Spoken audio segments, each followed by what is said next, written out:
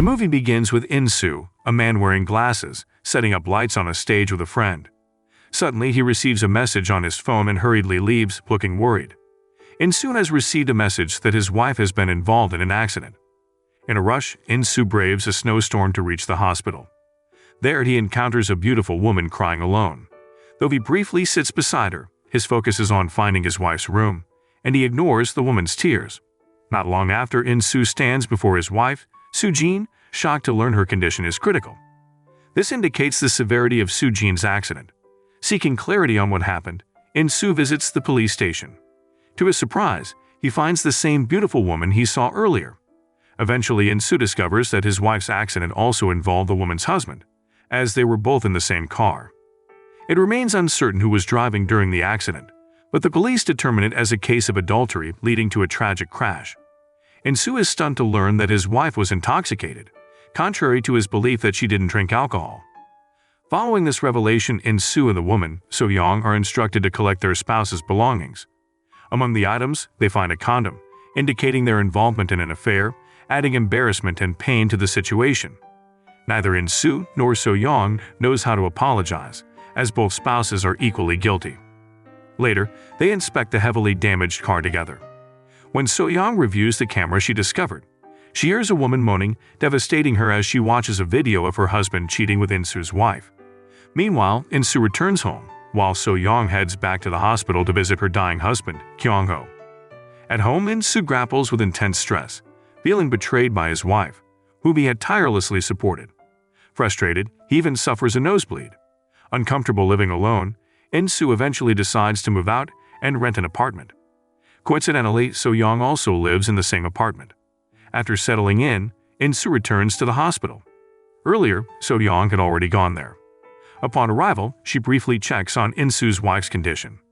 Later, In-soo also visits So-young's husband in the adjacent hospital room. As time goes by, In-soo becomes increasingly stressed and sleepless, leading him to buy tranquilizers from the pharmacy. Surprisingly, So-young is there with the same issue. One night, So-young summons In-soo to her room to return a black camera, which belongs to In-soo's wife. Afterward, In-soo returns to his room, feeling angered by the camera. Upon viewing its contents, he discovers a video of his wife with So-young's husband, deeply shattering him.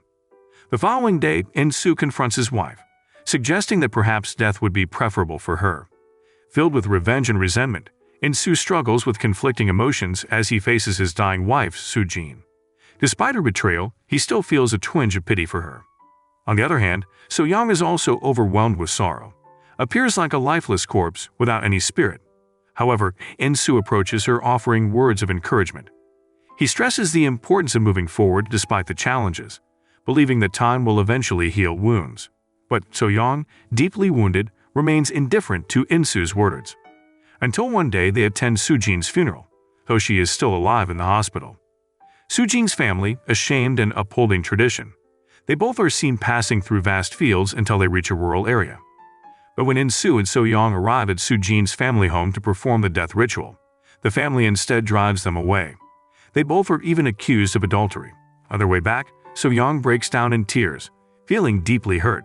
Eventually, she asks In-soo to stop so she can compose herself. So-young feels overwhelmed by humiliation, betrayal, and insults, all stemming from the person she loves, who lies dying in the hospital. Upon returning to the apartment, they retreat to their rooms, exhausted from the emotional turmoil of the day. Not long after, In-soo still considers Soo-jin his lawful wife and returns to the hospital to care for her, despite her being in a coma. While tending to her, he wonders why she would betray him, though she cannot respond. As time goes on, both In-soo and So-young feel increasingly hurt and lonely. One day, In-soo tries to lift his spirits by playing in the snow, which catches So-young's attention. She joins him, and they spend time together, gradually opening up to each other. They stop by a cafe and try to find out how Soo-jin and Kyung-ho got to know each other and started their affair. Unfortunately, they don't find the answer and choose to focus more on their mental, emotional, and spiritual healing. In that moment, In-soo and So-young both start to feel comfortable with each other. The following day, they bond over soju, and So-young asks In-soo when he feels happiest. In-soo jokingly replies that it's when he's asleep, eliciting laughter from So-young. They continue to support and connect with each other, growing closer in the process.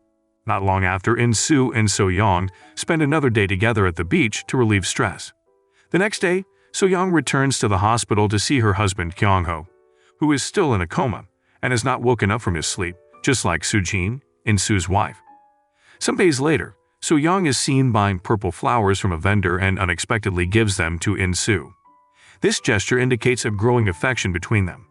The next morning, So-young had just woken up and saw a message from In-soo inviting her out again. She agrees, and they return to the beach, where they chat and take photos together. A happy expression is visible on So-young's face, as she gets to know In-soo better, as does In-soo. Later, In-soo invites So-young to his room for apples. In this moment, In-soo appears nervous and almost cuts his hand while peeling one. So-young then takes over, and as In-soo gets tissue, he gazes at her. Slowly, In-soo starts approaching So-young and tidies her hair that falls loosely on her cheek. After that, In-soo kneels down and turns So-young around to face him. So-young understands exactly what In-soo means, which is to seek revenge against his wife Soo-jin, who cheated on him. However, In-soo does seem to be getting comfortable with So-young. When In-soo is about to flirt with So-young, someone suddenly knocks on the door.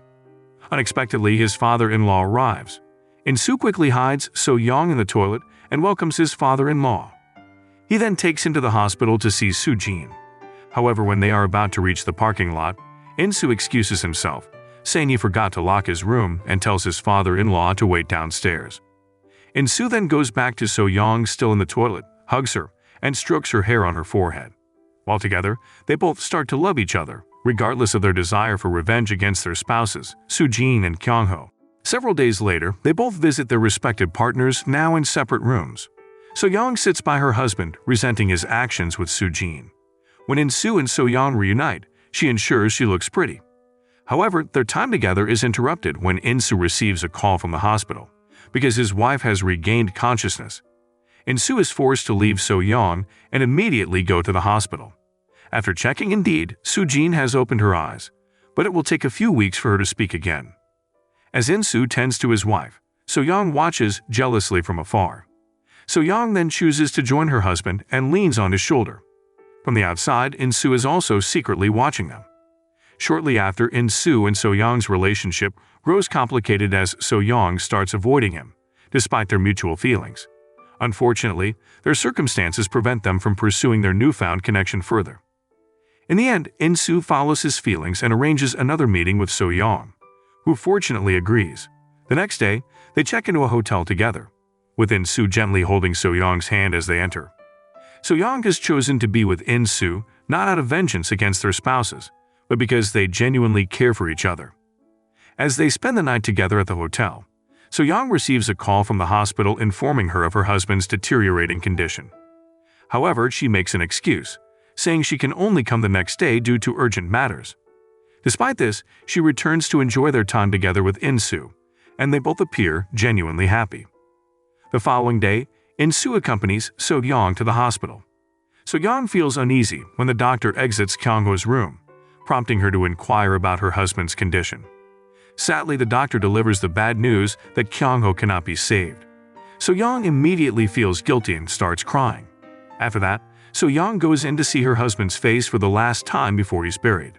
Not long after, Kyung-ho's funeral takes place at the funeral home, with In-soo offering his support to So-young throughout the ordeal. Several days later, In-soo encounters his now-speaking wife, Soo-jin, who expresses remorse for her actions and gratitude to In-soo for his care. However, In-soo has made his final decision, which is to divorce his wife because of her betrayal. In-soo chooses to continue his happiness with So-young. Moral lesson from the story: don't rush in a snowstorm without checking your messages, or you might end up tangled in a love mess with someone else's spouse.